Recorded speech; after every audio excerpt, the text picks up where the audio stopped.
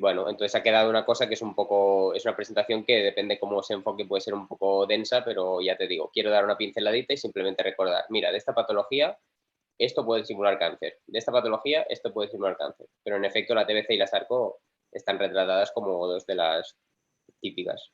Y después otras entidades que son más nuevas, como la, el espectro de enfermedades relacionadas con IgG4 y todas estas cosas más, ¿sabes? Perfecto. Vale, ya sabes que, bueno, estaba pensando en la patología ginecológica.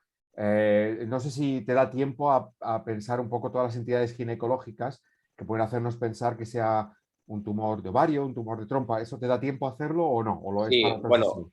Sí, otra de las patologías de las que hablo es la endometriosis, pero ya te perfecto. digo, hablo minuto y medio, 2 minutos por diapo, paso por encima la pincelada, hablo de la afectación, cómo puede ser y con qué cánceres lo podríamos confundir. Por ejemplo, el endometrioma con una neovaricoquística y Perfecto. los implantes y la infiltración profunda pues con carcinomatosis o una neo propiamente de un órgano sólido, ¿no? Perfecto.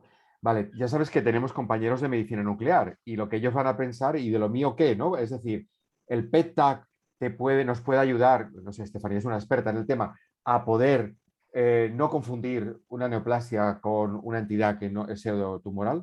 ¿Cuál es tu experiencia Sí, o qué has revisado, qué has sí, encontrado? A he ver, mirado cositas tanto de lo de medicina nuclear como de TAC espectral e inteligencia artificial. perfecto. Y yo creo que lo más, o sea, para el propósito de la presentación que hago, que es, ya te digo, hablo de múltiples temas, he preparado, o sea, tengo una respuesta simplemente más genérica, ¿no? Tanto, o sea, las tres cosas son herramientas que tenemos los radiólogos para ayudarnos a discernir entre benignidad y malignidad. Por ejemplo, en el caso del TAC espectral hay un artículo muy interesante que ya pasaré luego a la bibliografía, que habla sobre el rol del TAC espectral en la imagen abdominal. Y habla de cómo esta técnica va a ser el nuevo paradigma y que nos va a ayudar a distinguir entre muchos artefactos, por ejemplo, que nos dificultan la caracterización de las lesiones y que nos pueden llevar a pensar que algo está captando cuando no está captando, etcétera, etcétera. Igual que con lo de nuclear. Depende en función del organ system específicamente donde estemos, hay lesiones que la medicina nuclear te permite discernir mejor entre si es bueno o malo o no. Y la inteligencia artificial, pues simplemente desarrollar unos algoritmos muy bien entrenados con una N muy grande de pacientes y entrenados por radiólogos como para que nos ayuden también a discernir entre benignidad y malignidad. Pero claro, como hablo de 30 patologías, no me he puesto a buscar específicamente ninguna de ellas. He preparado una respuesta genérica de este tipo y ya está. Entonces les preguntaré a ellos si me quieren añadir algo los de nuclear, por ejemplo. Aquí, Porque ya te digo. aquí acuérdate que mañana la doctora Mónica Velasco del Hospital de Servicio de Nuclear del Hospital Vallebrón hablará de la utilidad de la medicina nuclear en la patología neoplásica abdominal Claro. pediátrica. Lo digo porque también mañana la doctora Velasco podía un poco comentar. Bueno, no sé, Estefanía, tú que eres experta en abdomen, ¿no? ¿Se te ocurre alguna pregunta que la audiencia podría preguntar sobre el tema? ¿Cómo lo ves, Estefanía? Bueno, yo, por ejemplo, en el tema del PET-TAC, me entran las dudas de cómo son patologías infecciosas e inflamatorias, si realmente se puede, o sea, ayudan a distinguir una patología neoplásica de una patología que ya de por sí va a captar, ¿no? Por ser inflamatoria. Bueno, es una pregunta que se me ocurre. Ah, No sé si... Eran, ¿tú podrías responder a Mm, este tema? No, porque, o sea, yo tengo la misma pregunta y es que es una duda muy lícita porque es verdad que muchas veces cuando estás enfrentado a algo que puede ser neoplásico o inflamatorio, sea infeccioso o no, a veces el PET-TAC no hay valores de sub que sean fiablemente un corte de que puedas discernir una cosa y otra. Y entonces es esto, tienes que coger todas las herramientas que tengamos. Si la medicina nuclear en este caso no nos ayuda, pues coges otra cosa y hay toda una serie de signos que tenemos que poner para dar lo máximo posible para afiliar esta lesión. Pero es verdad que como son lesiones de índole inflamatoria barra infecciosa barra neoplásica, muchas de ellas van a presentar un aumento de la captación de radionúclidos. A ver, quizás tres cosas. Por un lado, la doctora Velasco mañana nos puede ayudar en este tema. Sí, Segundo, en la audiencia tenemos expertos en nuclear, el doctor Rubió, la doctora Gámez, J.R. García, que pueden escribir en el chat, Estefanía, y tú puedes leerlo. Y después, a nivel práctico, otro tema, Arán, es que lo importante es el comité, ¿no? Y en el comité ¿no? Estefanía, siempre hay pues, compañeros de nuclear, los cirujanos, Sí. los oncólogos, ¿no? Estefanía, esto es lo importante, ir al comité y comentar cuando tenemos dudas, ¿no? Aran, Sí, sí. no, ¿qué pensáis los dos? Que Bueno, sí, y que desde está luego claro. en el comité sí que usamos a los nucleares en muchas ocasiones cuando hay dudas de benignidad, malignidad. Ujú, Incluso con nódulos, por ejemplo, en el pulmón, que no sabes si es una metástasis, pues que es un nódulo único. ujú, Y se usa el PET-TAC, ¿no? perfecto. O Para sea, ver que si es que es, neoplásico. que es clave un poco la discusión en el comité multidisciplinar para hacer el diagnóstico final, ¿no? Sí. Y que es muy útil la nuclear. Muy bien. Has comentado ya el TAC espectral. Pensaba que el TAC espectral solo es a nivel práctico. Hay centros que ya lo tienen y posiblemente en todo el resto de centros lo van a tener. O sea que nosotros, en principio, el plan es que el año que viene tengamos TAC espectral también. O sea que, pero hay una técnica que Estefanía es experta, que es la elasto, Estefanía. Bueno, Aran, ¿has encontrado algo de la elasto o de la eco con No, contraste que nos pueda ayudar o no? no. Seguro que Me he Estefanía puede decir centrado, algo. Dime. no. Me he centrado sobre todo en hallazgos TAC, que es lo que creo que más nos lleva a cometer errores en el día a día y de las técnicas que más fácilmente confundimos con neoplasia. Entonces me he centrado en los hallazgos TC, Vale, o sea, pero puede ser que la eco pueda ayudar. No sé, Estefanía, seguro, ¿sería para hacer otra sesión a lo mejor lo de la eco o crees que con el seguro. TAC y la reso ya es correcto, Estefanía? No sé. Bueno, creo que son las que más habitualmente son usadas por el radiólogo, que se siente más cómodo, Ujú, pero sí que es verdad que la eco con contraste, por ejemplo, sí, sí que puede servir a nivel del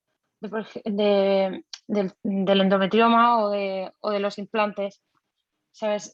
Sí que lo usábamos en el PSET para distinguir implantes en pared abdominal de tumor desmoide ujú.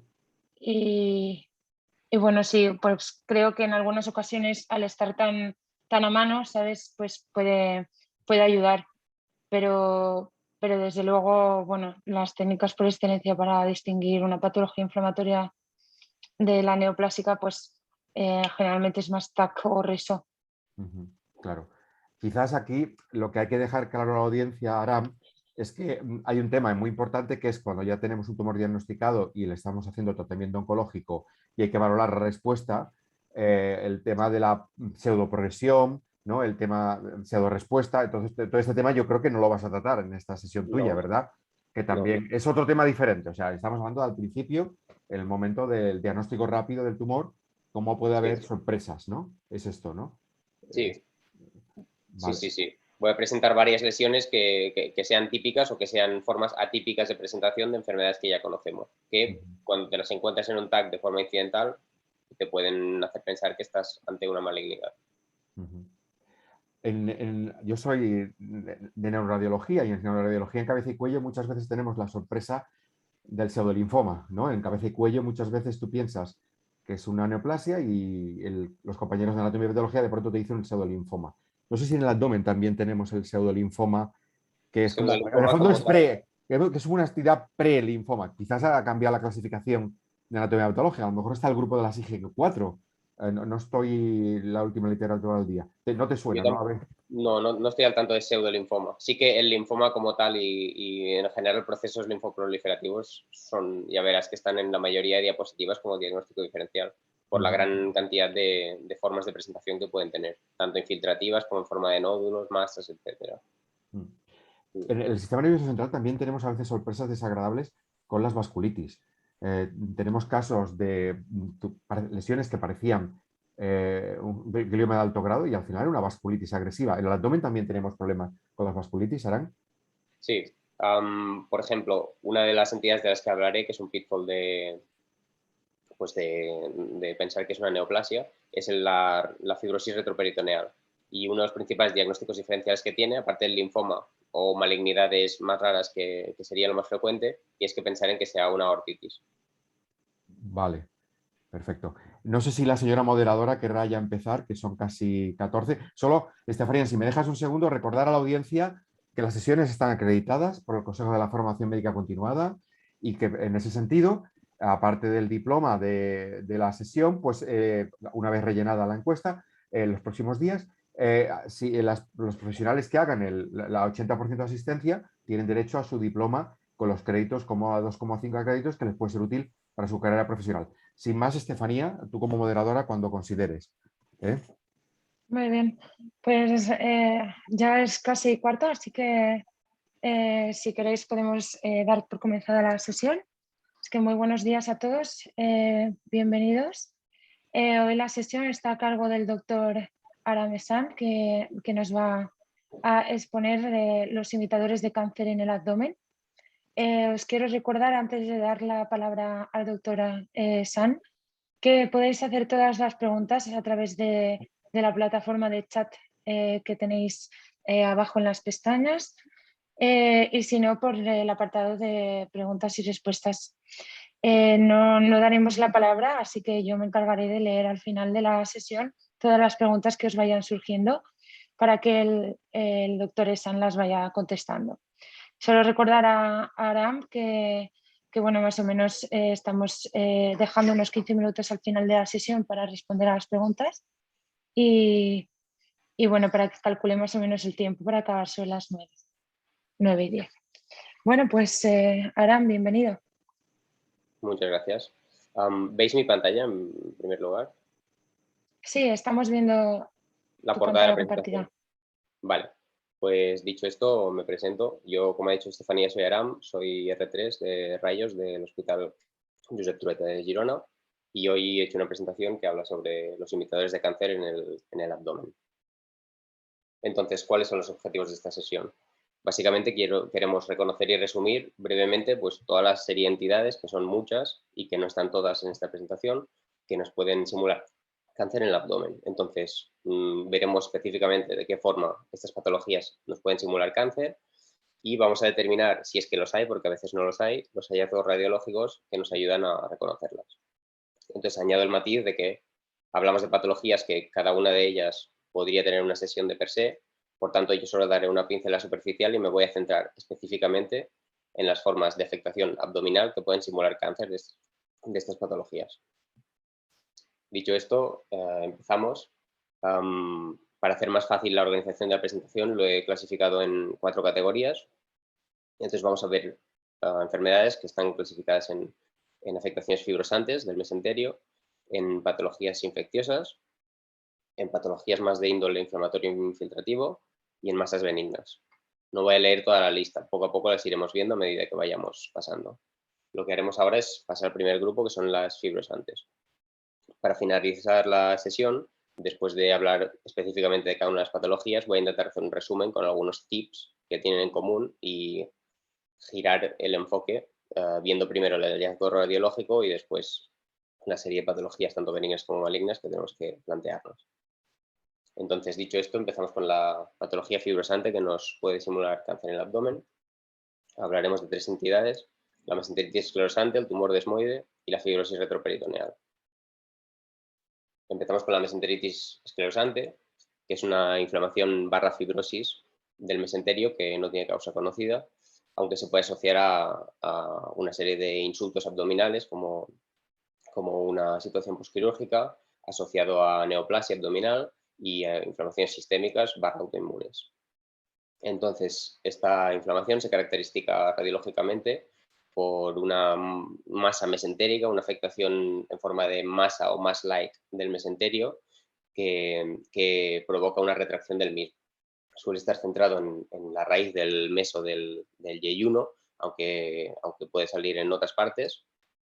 Y básicamente hay algunos autores que defienden que es una afectación secundaria a una paniculitis, que inicialmente este proceso viene de una paniculitis, que es una entidad que vemos nosotros muy frecuentemente en la práctica clínica, muchas veces de forma incidental, aunque hay otros autores que dicen que no, que son procesos diferentes. Aún así, tiene hallazgos radiológicos en común con la paniculitis, como sería la presencia de un misty mesentery, ¿no? una trabeculación en ground glass del mesenterio, una serie de estrías de reacción fibrosa, una congestión del meso y la presencia de ganglios con lo que os he dejado en verde, que es el fattening sign, que es, no sé si veis el ratón, es un halo de respeto graso alrededor de los vasos mesentéricos y de los ganglios. que esto se supone que es un hallazgo radiológico que soporta la benignidad en este contexto. Entonces, a partir de aquí puede ir degenerando y formando una masa cada vez más fibrosante con calcificaciones y efecto de masa sobre el meso, ¿no?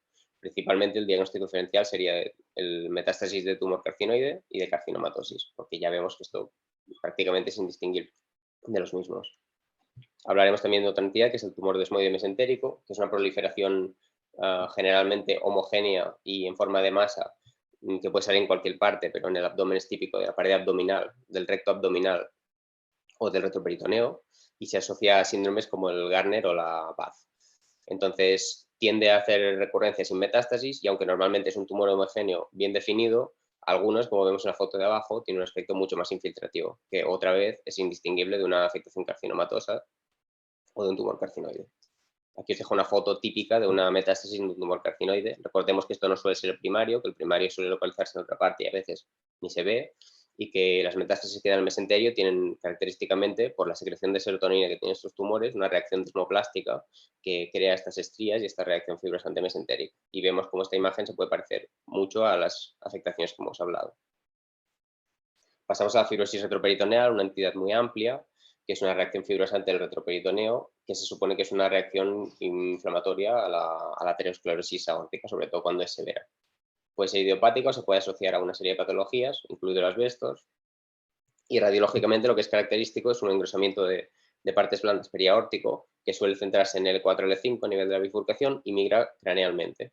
Aunque se supone que no invade ni uréteres ni vena cava, a diferencia de otras malignidades, sí que es típico la obstrucción por efecto masa de ambos uréteres y también se puede asociar a trombosis de la vena cava, aunque la malignidad tiende a hacerlo más.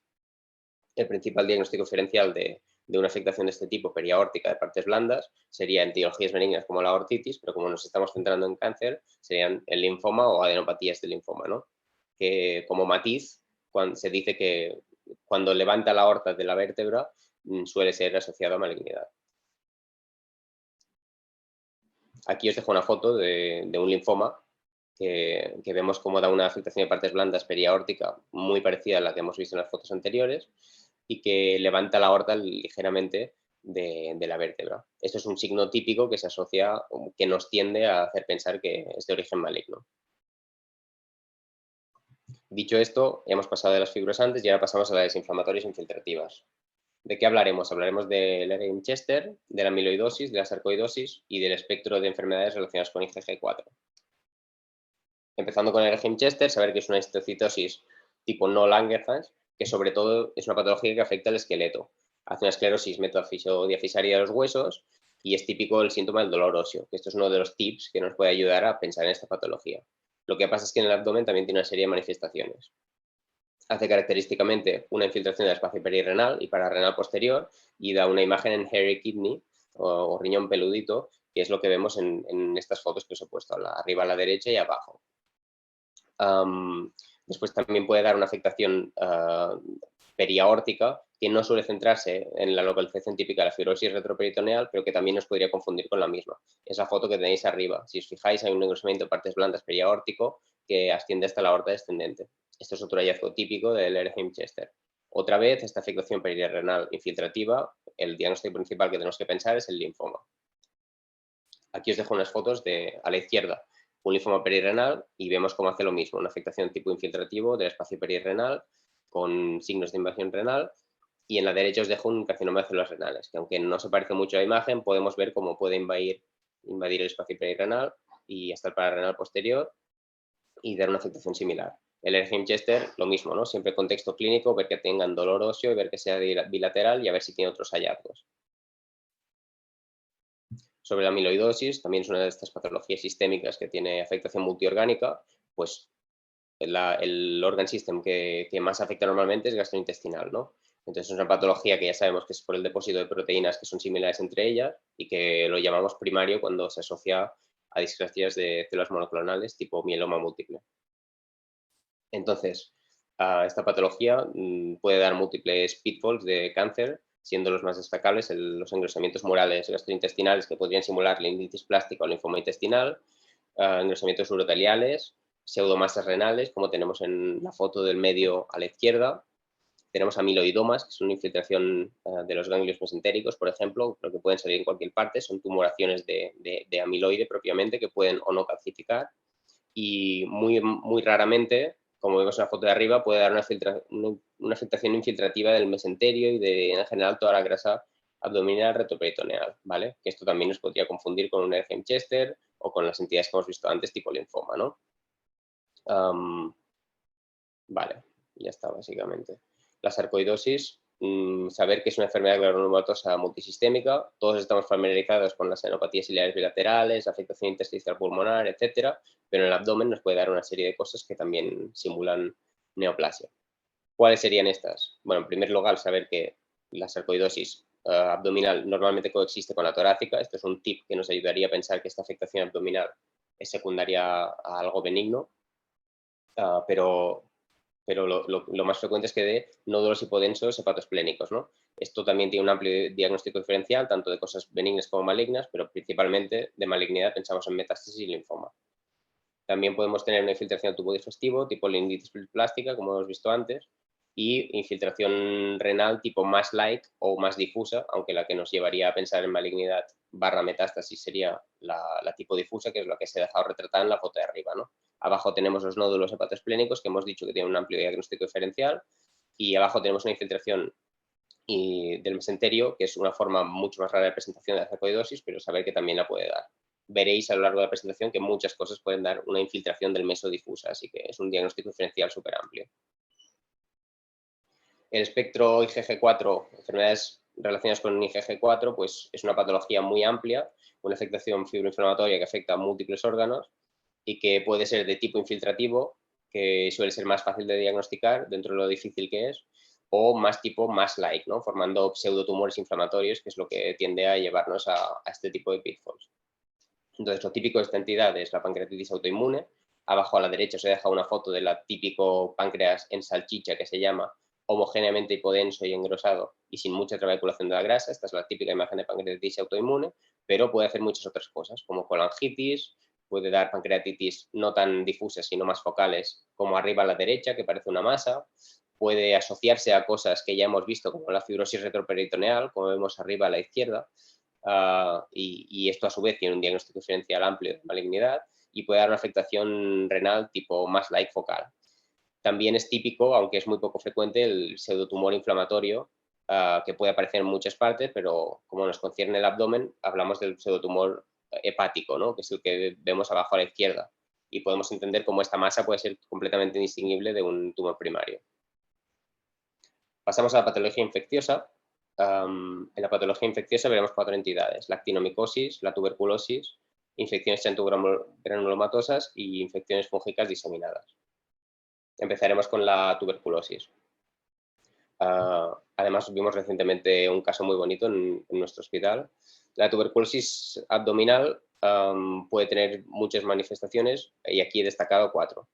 La forma más frecuente de afectación gastrointestinal es la iliocecal. Da un engrosamiento del ilio en ciego que característicamente es asimétrico, siendo la pared medial más engrosada que la lateral, y que puede simular un cáncer de ciego o un linfoma de ilion. Abajo tenemos, la foto de abajo de todo, es una ileitis tuberculosa. La tuberculosis peritoneal puede ser de 2 tipos, puede ser wet type o dry type. La más frecuente es wet type, tipo mojada, que es la que asocia característicamente una ascitis con altos valores de atenuación y bastante realce del peritoneo circundante, que es el tipo que vimos nosotros en nuestro hospital recientemente. Como vemos en la foto de arriba, vemos lóculos de líquido bastante hiperdenso con realce peritoneal y múltiples nodularidades peritoneales que pueden ser indistinguibles de una carcinomatosis.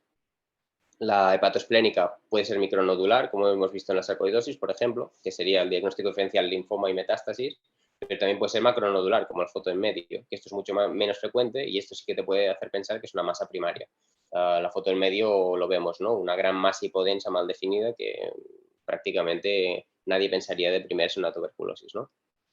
Entonces también puede dar una afectación renal uroterial, que puede simular cáncer, con forma de pielonefritis pseudotumoral o engrosamientos y estenosis focales. Pasamos a la actinomicosis. Es una infección que es bacteriana, que es rara, pero es grave por su curso insidioso y lento, ¿no? típicamente lo asociamos a la infección pélvica por DIU, pero tenemos que saber que cualquier disrupción de mucosas, por ejemplo, después de una diverticulitis o de una apendicitis, podemos hacer que esta bacteria se meta en el peritoneo y poco a poco vaya desarrollando su infección insidiosa, ¿no? Entonces, lo típico, por ejemplo, de la actinomicosis pélvica es ver el DIU y ver marcados cambios inflamatorios en forma de masas sólido-quísticas con mucho realce, más realce que otros tipos de EPI, por ejemplo, y con extensos cambios inflamatorios. Y realmente lo que se ve en infecciones post-diverticulitis, post-apendicitis o post-insulto quirúrgico son más o menos iguales, ¿no? Son masas que son solidoquísticas y realzantes que asocian marcados cambios inflamatorios adyacentes. Entonces, el diagnóstico diferencial, básicamente, en caso de infección pélvica, es la neovarica quística, pero después la carcinomatosis y masas según la localización, porque puede afectar a múltiples sitios. Los procesos xanthogranulomatosos, saber que es un proceso granulomatoso crónico, que es más frecuente en diabéticos. Esto sería uno de los tips diagnósticos. Y hablaremos de la colecistitis y la pielonefritis. Empezaré por la pielonefritis porque es el que menos frecuentemente se puede confundir con cáncer, porque suele tener un aspecto bastante típico, ¿no? Con la litiasis coraliforme, el cambio de morfología renal con el signo del Behr-Poe. Pero saber que excepcionalmente, aunque no he encontrado ni siquiera una fotografía, puede tener una afectación más focal que no se asocia a litiasis, que esto sí que nos llevaría a pensar en carcinoma de células renales. El que sí que puede ser indistinguible de una neoplasia es la colecistitis xanthogranulomatosa, ¿no? Vemos las fotos arriba a la derecha, he puesto dos fotos, vemos un engrosamiento nodular hipoecoico de la vesícula con cambios inflamatorios adyacentes que radiológicamente pues, podríamos pensar que es debido a malignidad. De hecho, el tag de debajo, la foto de abajo, es una neoplasia y vemos cómo puede tener varias similitudes, ¿no? Un engrosamiento con cambios inflamatorios adyacentes, el aspecto crónico. Simplemente puntualizar que la presencia de múltiples nódulos hipoecoicos murales, como vemos en las fotos de arriba a la derecha, se supone que tiende a hacernos pensar que es más el proceso xanthogranulomatoso porque no se asocia tanto a la neoplasia. Sobre la infección fúngica diseminada, lo que tenemos que saber es, paciente inmunodeprimido. Tenemos que tener un paciente inmunodeprimido, es mucho más frecuente en este grupo de pacientes y es lo que nos hará saltar la alarma de pensar en esto, ¿no? Estas infecciones pueden diseminar a cualquier compartimento, pero hay una serie de cosas típicas como serían, otra vez, los nódulos hepatoesplénicos y renales en este caso, ¿no? Puede tener también ascitis con realce peritoneal, como hemos visto en la tuberculosis, puede tener nodularidad aumental, etcétera, etcétera. Como ya vemos, los nódulos hepatoesplénicos tenemos que fijarnos mucho en el contexto clínico para discernir entre una u otra causa, ¿no? El diagnóstico diferencial principal de una infección fúngica diseminada sería carcinomatosis y metástasis hepatoesplénicas. En la foto de arriba vemos esta nodularidad que era secundaria a una candidiasis, al igual que la foto de abajo de ambos riñones con múltiples nódulos hipoecoicos que también eran secundarios a una candidiasis. Pero también vemos abajo una afectación suprarrenal y a la derecha una afectación mesentérica infiltrativa. Otra vez, una cosa muy frecuente, un hallazgo muy frecuente y con un diagnóstico diferencial muy amplio, que también eran secundarios a infecciones fúngicas diseminadas. Muy importante el contexto clínico. Por último, hablaremos de las masas benignas que pueden simular cáncer. Entonces hablaremos de anomalías esplénicas, de la endometriosis, de la hematopoiesis, infarto y enfermedad de Castleman. Tranquilos porque solo daré 4 pinceladas sobre cada entidad. Empezaremos por la endometriosis.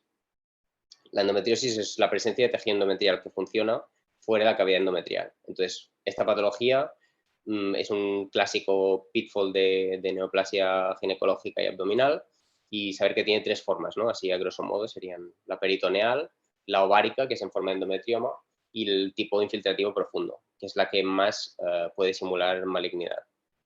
La peritoneal, la presencia de nódulos peritoneales puede hacernos pensar en carcinomatosis de implantes peritoneales, una infiltración difusa, por ejemplo, en la foto de abajo vemos una infiltración difusa por parte de tejido endometrial de la vejiga y vemos cómo esto puede ser totalmente indistinguible de una neoplasia en el contexto clínico inadecuado, ¿no? Entonces, los endometriomas, el diagnóstico principal que tienen, aunque no suelen ser, dado el contexto, un ictus diagnóstico, lo que tenemos que pensar es un tumor ovárico mucinoso.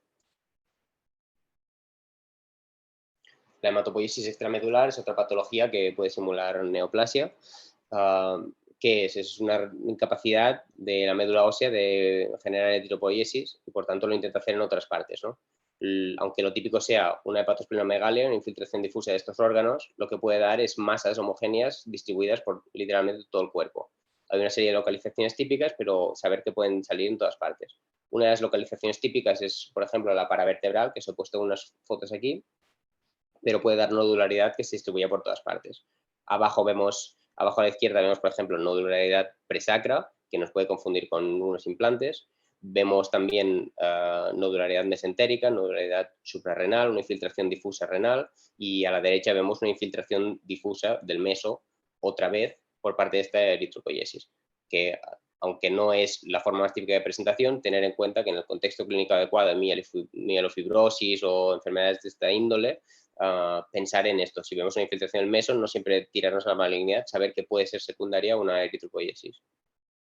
Entonces, ¿cuál es el tip diagnóstico que nos haría saltar la alarma? Es el contexto clínico, ¿no? El proceso mieloproliferativo o una hemoglobinopatía concomitante. Entonces, bueno, básicamente es eso, ¿no? Que si tenemos un paciente con este contexto clínico, pensar la aparición de nuevos nódulos puede ser secundaria a hematopoiesis extramedular. Las anomalías esplénicas, lo mismo. Saber que no solo existe el bazo accesorio, que existe la esplenosis, polisplenia y el wandering spleen, ¿no? Todos hacen más o menos lo mismo. Pueden generar nódulos homogéneos bien definidos que se pueden distribuir por todo el abdomen y que el diagnóstico diferencial variará en función de la localización. Hay una serie de pitfalls típicos, por ejemplo, en un bazo accesorio que esté adyacente a la cola del páncreas, podríamos pensar que es un tumor carcinoide de la cola del páncreas. Después, por ejemplo, en caso de nefrectomías, más o menos esplenectomías, cuando tú resecas el riñón y haces un TAC de control al cabo de unos meses para buscar recurrencia del tumor, puedes ver una serie de nodularidades que se han implantado allí y que se dé de recurrencia cuando en realidad es simplemente esplenosis, ¿no? Que es la proliferación de tejido esplénico en el abdomen después de un insulto abdominal o esplenectomía, ¿no? Después, la polisplenia, que son múltiples bazos accesorios que no tienen bazo padre, para decirlo de alguna forma, y que se asocian a anomalías tipo situs, y el wandering spleen, que sería la localización anómala del bazo generalmente en la pelvis, y que lo mismo puede simular una masa pélvica. La ausencia de bazo arriba nos haría pensar en esto, pero simplemente puntualizar que este tipo de anomalías esplénicas pueden simular masas en cualquier parte del cuerpo. Como vemos en las fotos, aquí arriba tenemos una que está perirrenal, ejerciendo efecto masa sobre el riñón, pero que de todas formas se podría confundir, nódulos sacros y un bazo, en la foto de abajo tenemos un bazo en una localización anómala pélvica que también nos podría confundir con una masa, ¿no? Después la enfermedad de Castleman. La enfermedad de Castleman es un proceso linfoproliferativo benigno que típicamente, aunque hay formas de presentación atípica que no tienen estas características, típicamente es una adenopatía hiperplásica única que es hipervascular y homogénea, ¿no? Es una lesión, como vemos en estas fotos, que puede estar en cualquier parte del abdomen, aunque la típica forma de presentación es una masa única del mismo carácter en el mediastino. Hasta un 70% de los casos, pero en el abdomen hasta un 15% de los casos también se puede presentar en múltiples localizaciones. Entonces, saber reconocer esta imagen que sería el típico Castleman, ¿no? Una masa bien definida, homogénea, hipervascular. Bueno, pensar en esto. Es una afectación rara y que tiene asociaciones con síndromes tipo POEM, con HIV y con la amiloidosis. El diagnóstico diferencial, otra vez muy amplio, puede ser de implante o de una masa según la localización donde esté, ¿no? Y después, por último, quería hablar del infarto mental. El infarto mental es una causa de abdomen agudo que no suele ser un desafío diagnóstico, ¿no? Suele ser la típica masa grasa ovalada con un halo hiperdenso periférico y que hasta podemos ver el signo de la torsión de sus vasos, ¿no? Pero que a veces, y en función de las complicaciones internas que presente, puede simular una masa. Aunque el contexto clínico de abdomen agudo suele ser un tip que nos ayuda a distinguirlo, ¿no? Pero a veces puede tener, como en la imagen de abajo a la derecha, complicaciones hemorrágicas por dentro que hagan niveles y que den un aspecto abigarrado que no sea la típica imagen que esperamos. Y para gente que quizá no esté tan familiarizada con esta patología, podría llegar a simular una masa, ¿no? Como siempre, las presentaciones atípicas pueden hacer de todo. Entonces, cambiamos y vamos a un approach práctico de una serie de puntos, ¿no? Cuando vemos tejido blando periaórtico, recordar, pensar en estas entidades, en linfoma como malignidad, pero que también lo puede dar la fibrosis retroperitoneal o el Erdheim-Chester. Cuando vemos nódulos peritoneales, que sí, pensamos en carcinomatosis, pero recordar que estas anomalías esplénicas y el Castleman también pueden dar esta afectación. En afectaciones mesentéricas fibrosantes, pues pensamos en carcinoide, en metástasis de carcinoide, pero también existe la mesenteritis y el tumor desmoide. En nódulos hepatoesplénicos, como hemos dicho, diagnóstico diferencial muy amplio, metástasis, linfoma, pero también existen la sarcoidosis, la TBC y la infección fúngica diseminada. El contexto clínico muy importante y los hallazgos extraabdominales también muy importantes. Y por último, tejido blando perirenal, que puede ser secundario en la infiltración por linfoma, pero que también, dado el contexto clínico, tenemos que pensar en hematopoiesis y en el Erdheim-Chester. Y con esto básicamente hemos dado una serie de pinceladas y vamos a las conclusiones, ¿no? Las conclusiones son que hay varias patologías benignas que pueden simular enfermedad neoplásica, que hay una serie de tips diagnósticos, como hemos visto, señalados en verde, que nos ayudan a distinguirlos, que es importante que estemos familiarizados con estas, recordar que no hemos listado todas las patologías, pero sí las más frecuentes. Es conveniente tener una estructura para clasificarlas y recordarlas, y que siempre, siempre, siempre tener en cuenta contexto clínico y estudios previos. Y dicho esto, por mi parte, hemos acabado. Muchas gracias, Aran, por la presentación. Ha sido muy interesante. Ahora has acabado además muy dentro del tiempo. Tenemos unas cuantas preguntas en el chat y ahora daré paso a ellas. Para empezar, el doctor Antonio Rubio te felicita por la presentación. Hay una cosa que hemos estado comentando al principio de la sesión sobre si la medicina nuclear no nos podría aportar una ayuda para discernir la benignidad entre benignidad y malignidad de algunas de las patologías de las que has hablado.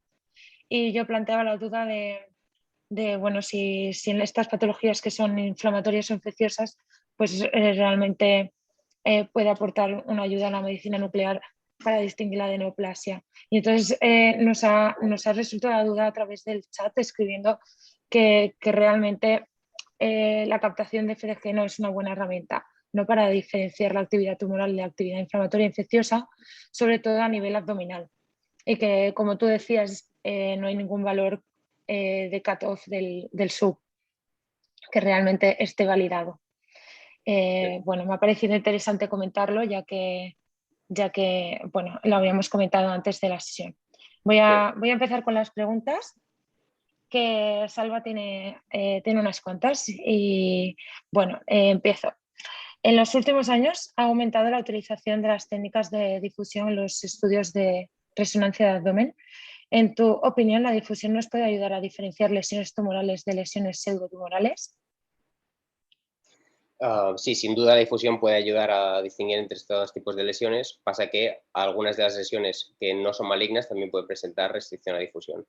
No me he centrado específicamente en todos los subtipos de lesiones de los que he hablado y no me he centrado en resonancia, me he centrado en tomografía computerizada sobre todo, así que desconozco en todos los específicos si hay algún caso en el que la difusión sí que ayude o sea un pitfall de confundir una lesión benigna de maligna. Así que si queréis, si alguien puede aportar luz sobre el asunto, me alegraría.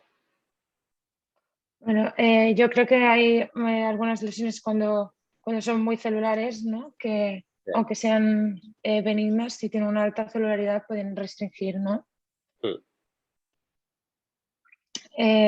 Bueno, sigo con las preguntas. El doctor Salva Predaza pregunta que en ciertas patologías, como por ejemplo las neoplasias de mama, es útil valorar las curvas de captación de contraste. En tu opinión, ¿el análisis de las curvas de captación de contraste por resonancia puede ser útil en la valoración de la patología tumoral abdominal? Sí, sin duda debe tener utilidad, pero repito que no me he centrado en tomografía, en resonancia, y me he centrado en TAC y desconozco la utilidad específica en todas las patologías que he dicho de la captación de curvas. Estoy seguro que es útil, pero desconozco los específicos de cada una de las patologías de las que he hablado. Sin duda tiene utilidad. Acuerdo. Bueno, yo creo que también nos puede sobre todo ayudar bueno, sé que se utiliza sobre todo para ver seguimientos de tumores, ¿no? Si tenemos ya la fibrosis posttumoral, o sea, post-tratamiento, para distinguirlo de si hay tumor o no, las curvas de captación nos pueden servir. A nivel de distinguir patología benigna con maligna, al igual que Adam, la verdad es que no sabría qué decir.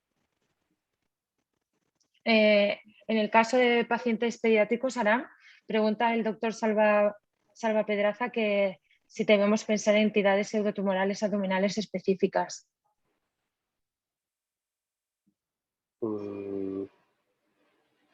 La verdad es que tampoco sé responder a esta pregunta. No me he centrado en la radiología pediátrica en concreto, así que no se me ocurre ahora una... Si en contexto de radiología pediátrica te tienes que centrar en algún pseudotumor en concreto. Por otra parte, pregunta si puedes comentar en qué lesiones pseudotumorales debería hacer biopsia y en cuáles es mejor no hacer nada o bien ir a cirugía o valorar respuesta a tratamiento sin diagnóstico por biopsia. Sí. Yo básicamente por lo que he leído veo que a no ser que sea un contexto clínico muy adecuado y que ya conozcas qué de base tiene, por ejemplo, una afectación por IgG4, la gran mayoría de lesiones pseudotumorales o se hace una actitud expectante con control posterior o muchas de ellas se acaban resecando y se acaba sabiendo que es un pseudotumor a la hora de hacer la anatomía patológica, porque como hemos visto son lesiones que prácticamente son indistinguibles de neoplasias primarias y cuando te encuentras con ellas en la práctica clínica habitual, no piensas nunca en un pseudotumor al ser una entidad tan infrecuente. Y repito que aunque, o sea, a no ser que el contexto clínico sea ya conocido de la enfermedad que da pseudotumores, y yo creo que aún así muchas de ellas acaban siendo resecadas profilácticamente. El doctor Antonio Rubio plantea una pregunta, ya que para los nucleares la necrosis grasa genera dudas en el diagnóstico diferencial por PET-TAC, porque a veces puede cursar como pseudonódulos que pueden captar FDG y mimetizar un implante. Entonces pregunta que si hay algún dato clínico o signo radiológico que nos ayude a la diferenciación de esta patología. Sí, básicamente es poner en contexto el contexto clínico porque la mayoría de estos pacientes, repito, presentan con un abdomen agudo, entonces no es un hallazgo incidental, normalmente un infarto mental de este tipo, o al menos tienes el antecedente de que antes ha tenido un infarto mental. Y bueno, básicamente es esto, es poner en cuenta el contexto clínico y que la gran mayoría de veces la imagen que da, no sé si por medicina nuclear es más confusa, pero cuando lo vemos en la práctica clínica sí que suele ser una lesión grasa ovalada, con la grasa trabeculada, con un halo hiperdenso a su alrededor y que es una lesión bien definida y aunque es rara, es conocida por parte de los radiólogos. Entonces, no suele ser, como ya he dicho, un desafío diagnóstico, pero en casos de presentación atípica sí que te puede llevar a pensar que estás ante un tumor. Pero repito que la gran mayoría de casos, un paciente con abdomen agudo podrías llegar a pensar que es una neoplasia complicada, pero no creo que muchas veces de este pitfall diagnóstico. Y por esto lo he puesto el último, de hecho, en la presentación. Lo tenemos que tener en cuenta, que puede tener presentaciones atípicas, pero no suele ser un factor de confusión. Muy bien. Yo estoy de acuerdo con eso, que generalmente el contexto clínico de abdomen agudo pues, ya te orienta mucho el diagnóstico. De hecho, cuando estaba trabajando en el PSET, pues incluso lo diagnosticábamos muchas veces por eco, esta entidad de necrosis grasa. Pues nada, creo que ya no hay más preguntas en el chat, creo que hemos respondido todas. Confirmo que no me he saltado ninguna. Y nada, Ara, muchísimas gracias por la presentación. La verdad es que el abdomen, cuando nos metemos en las patologías abdominales de este tipo, pues realmente es muy difícil llegar a aclarar y a un diagnóstico claro, ¿no? Y has hecho una recopilación de los signos radiológicos que nos pueden ayudar en estas patologías y que seguramente luego en nuestra práctica diaria pues lo vamos a poder poner en marcha porque bueno, ya nos van saliendo casos de vez en cuando, ¿no? De alguna tuberculosis peritoneal o o de alguna fibrosis retroperitoneal que nos pueden ayudar todas estas pinceladas que nos has dado. Nada, voy a dar la palabra a Salva. Muy bien. Estefanía, muchas gracias por tu ayuda como moderadora y también complementando un poco las intervenciones de Aran. Y bueno, Aran, yo creo que ha sido estupendo tu presentación. Gracias por el esfuerzo que has hecho, que nos has ayudado a todos. Yo subrayaría un poco que has intentado dividir la patología en 4 grupos. Has dicho, hombre, fibrosante, infecciosa, inflamatoria y tumor benigno. Déjame que subraye lo de la IgG4 y la pancreatitis autoinmuno, porque yo creo que está como de moda. Y yo creo que pongamos en nuestra vida y pensemos siempre en la IgG4. Yo creo que es muy importante. Y después también nos has dicho al final 5 perlas. Nos has dicho, oye, si hay tejido blando periaórtico, pensar en esto, esto y esto. Nódulo lesional, esto y esto y esto. Fibrosis mesentérica, esto y esto. Nódulo hepatoesplénico y tejido blando perirenal. Yo creo que eso es muy útil y que toda la audiencia puede ir al repositorio y mirar tu diapo y puede utilizarlo. Yo para finalizar diría que seguramente en cualquier parte del cuerpo tendríamos que hacer la misma sesión de lesiones tumorales porque como radiólogos y como médicos nucleares nos encontramos con esto y que quizás es muy importante lo que ha dicho Estefanía de valorar el contexto clínico, todos los datos analíticos, los previos y ir al comité con todos el resto de especialistas, con nucleares y tal, y con nosotros y un poco decidir qué hacemos, ¿vale? Entonces yo creo que este trabajo integrado es lo que aporta valor. No sé si querías añadir algo más, Aran, un poco al resumen. No. Perfecto. Bueno, y quizás invitar a otros ponentes a que hagan lo mismo en el tórax, en músculo esquelético, en mama y en cerebro. ¿Te parece bien, Aran, que otros compañeros tuyos también hagan la misma revisión? Sería ideal, sí, sí. A ver si nuestras tutoras de residentes animan a los residentes a hacerlo. Vale, perfecto. Pues oye, muchísimas gracias. Yo vuelvo a recordar a la audiencia que tenemos las sesiones que están acreditadas, por lo tanto, simplemente con la asistencia al 80% de las sesiones, la audiencia puede tener su diploma y eso yo creo que es interesante para que todo el mundo lo valore y para que tenga un beneficio por un poco atender. Y solo quisiera recordar un poco también las sesiones que vienen a continuación. Sobre todo mañana tenemos a la doctora Mónica Velasco, que nos va a hablar de PET-TAC en pediatría, indicaciones y metodología. Yo creo que es un tema muy interesante y animo a la audiencia para venir mañana. Pues muchas gracias a todos, que tengan buen día y nos vemos mañana. Adiós, Muchas gracias. gracias. Adiós. Adiós, Muchas adiós. gracias.